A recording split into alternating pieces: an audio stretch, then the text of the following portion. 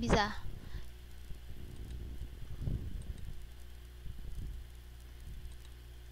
diklik kan ya.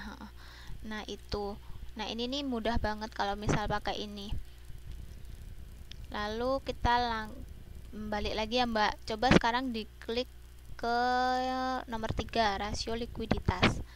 Diklik. Nah di rasio likuiditas itu dia ada nomor 1 sampai 4. Nomor 1 current ratio. Nah ini adalah isinya rasio likuiditas itu, jadi dia ada 4 komponen. Jadi 1 current ratio, cash ratio, quick ratio, working capital to total asset ratio, ya kan? Nah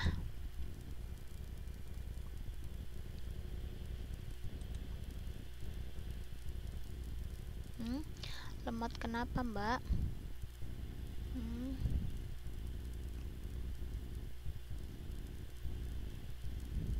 Ini sekarang kita ini lagi sampai lagi belajar menghitung rasio keuangan. Nah dan ini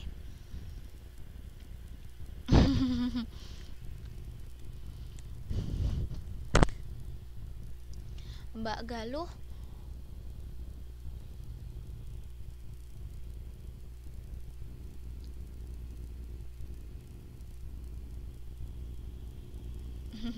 itu ini sekarang kita ini lagi belajar yang menghitung rasio keuangan. Dan sekarang ini kayak yang dibilang Mbak DJ, dibuka kiriman yang tadi itu yang dalam bentuk Excel,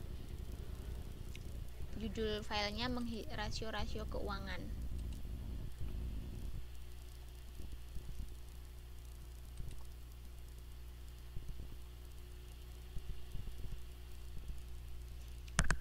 Filenya tadi saya kirim lewat email Mbak. Iya.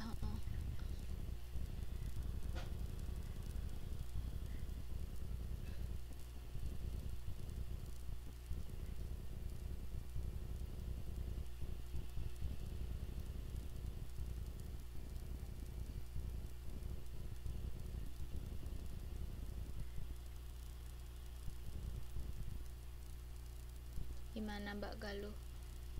Ada kan ya? Jadi di situ tadi ada saya kasih Excel file dari Excel. Nah itu caranya menghitung rasio likuiditas. Udah langsung otomatis, mudah banget kalau misalnya kita ngitung dengan acuannya itu, belajarnya dari situ.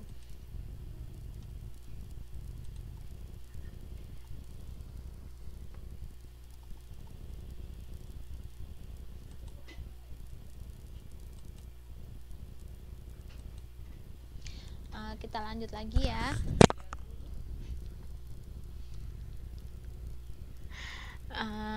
Tadi kan sekarang yang dibuka masih ke rasio likuiditas kan.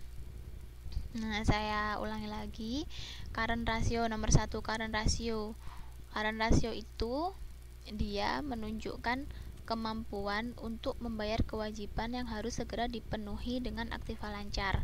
Nah itu saya tulis, udah ada juga di situ di bawahnya di interpretasi itu Mbak ya.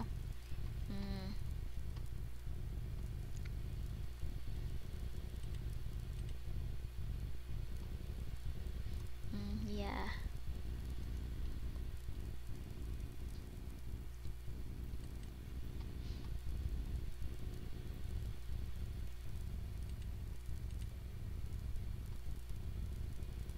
Oke, saya lanjut ya Mbak untuk current ratio itu misalnya. Nah, dia rumusnya adalah kayak yang ada di situ, aktiva lancar minus aktiva lancar dibagi dengan kewajiban lancar. Aktiva lancar ini dia dapatnya dari neraca. Di sheet neraca itu kan ada jumlah kas.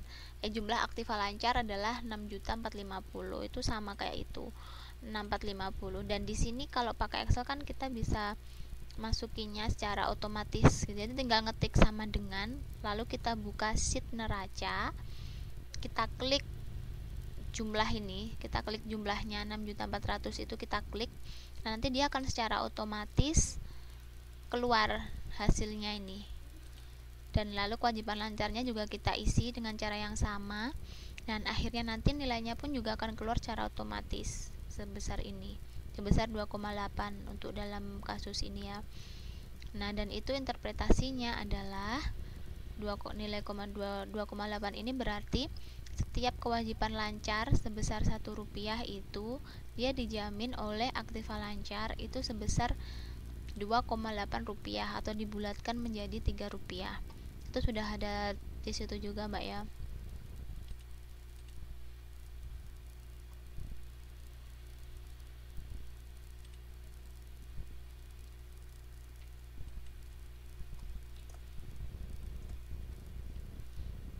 Gimana? Yang lainnya juga sama. Cash ratio ini juga sama. Cash ratio itu dia interpretasinya yaitu kemampuan untuk membayar kewajiban yang segera yang harus dipenuhi dengan kas yang tersedia dalam perusahaan dan efek yang dapat segera dicairkan. Selanjutnya quick atau acid test ratio itu juga kemampuan untuk membayar kewajiban yang segera harus dipenuhi dengan aktiva lancar yang lebih liquid atau quick asset. Dan nanti sama aja kayak tadi. Jadi tinggal memasukkan nilainya, lalu hasilnya udah akan keluar. Karena ini udah rumus ya. Gitu. Jadi sama. Gimana?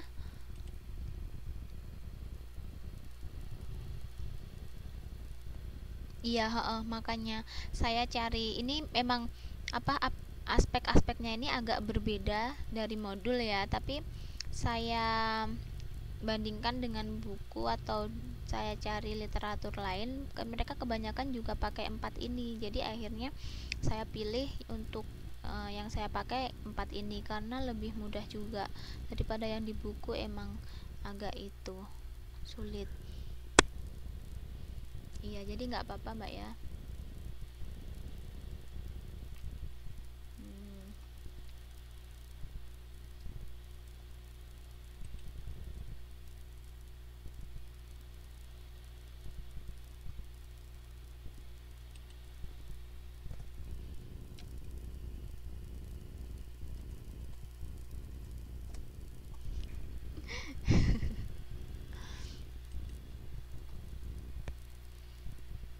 Nah, selanjutnya untuk rasio likuiditas sudah ya, berarti dia ada 4 komponen utama, 4 aspek utama yang dibahas itu ada 4 lah. Selanjutnya kita balik lagi ke menu, kita klik lagi menu, klik. Nah, kita kembali ke menu awal, lalu kita pilih kalau misalnya Mbak nanti ingin ingin berlatih sendiri ya ngitung rasio likuiditas, tuh nanti tinggal diklik aja yang rasio likuiditas latih itu, klik. Nah, ini nanti tinggal dicoba aja diisi berapa gitu.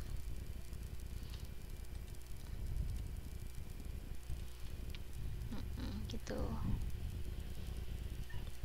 Kita balik ke menu.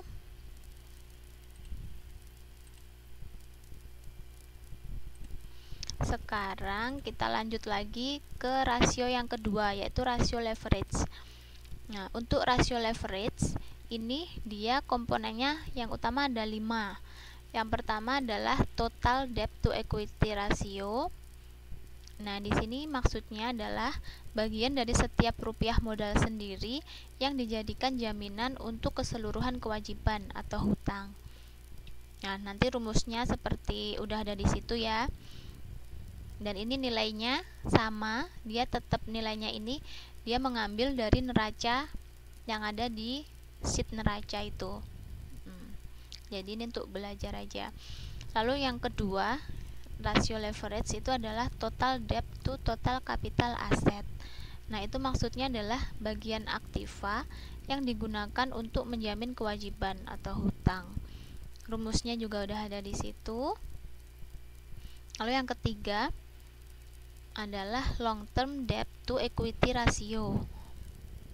Nah, itu rumusnya, kewajiban jangka panjang dibagi modal sendiri, dan maksudnya itu interpretasinya long term debt to equity ratio itu dia menunjukkan bagian dari setiap rupiah modal sendiri yang dijadikan jaminan untuk hutang jangka panjang karena long term, jangka panjang.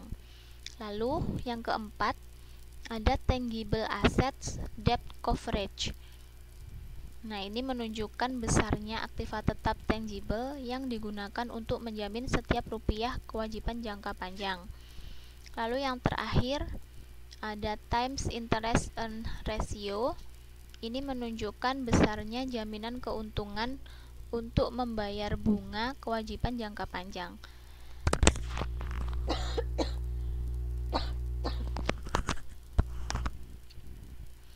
Seperti itu.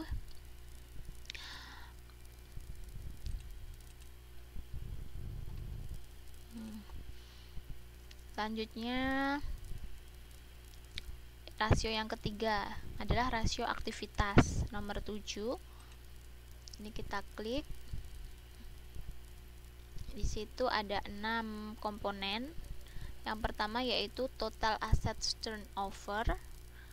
Lalu ada receivable turnover, average collection period, inventory turnover, dan inventory turnover, average days inventory, dan working capital turnover. Nah, ini rumusnya sudah ada di situ. Sama juga, dia data yang digunakan untuk contoh ini juga berasal dari neraca dan laporan laba rugi yang tadi, dan apa maksud interpretasinya itu juga udah ada di situ.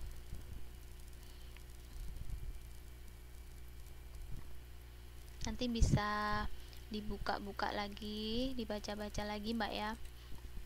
Selanjutnya rasio yang terakhir itu adalah rasio profitabilitas. Rasio profitabilitas dia ada 7 komponennya. Yang pertama adalah gross profit margin. Lalu ada gross profit margin itu laba bruto. Gross profit laba bruto per rupiah penjualan.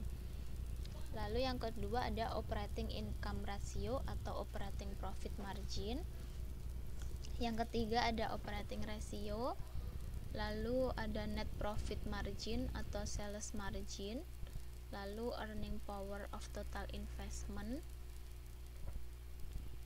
Yang keenam net earning power ratio. Dan yang terakhir adalah rate of return for the owners. Itu perhitungannya dan rumusnya udah ada di situ.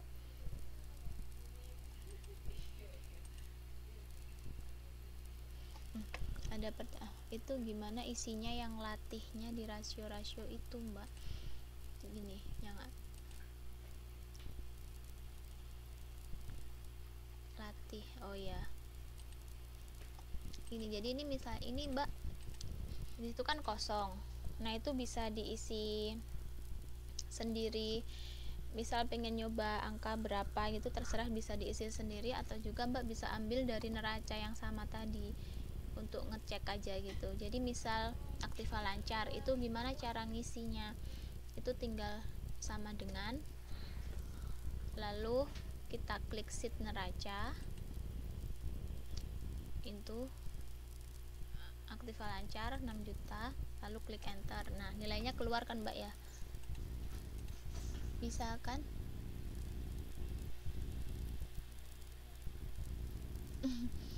Enggak Mbak, ini mudah kok sebenarnya, tinggal diisi-isi aja.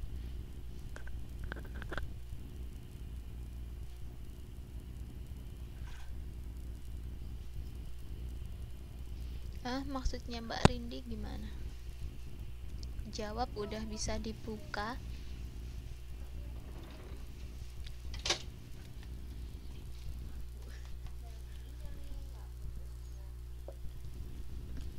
Oh, itu. Jadi sekarang kita lagi membahas yang file tadi, yang file Excel rasio-rasio keuangan tadi Mbak. Nah, dan itu belajar ngisi.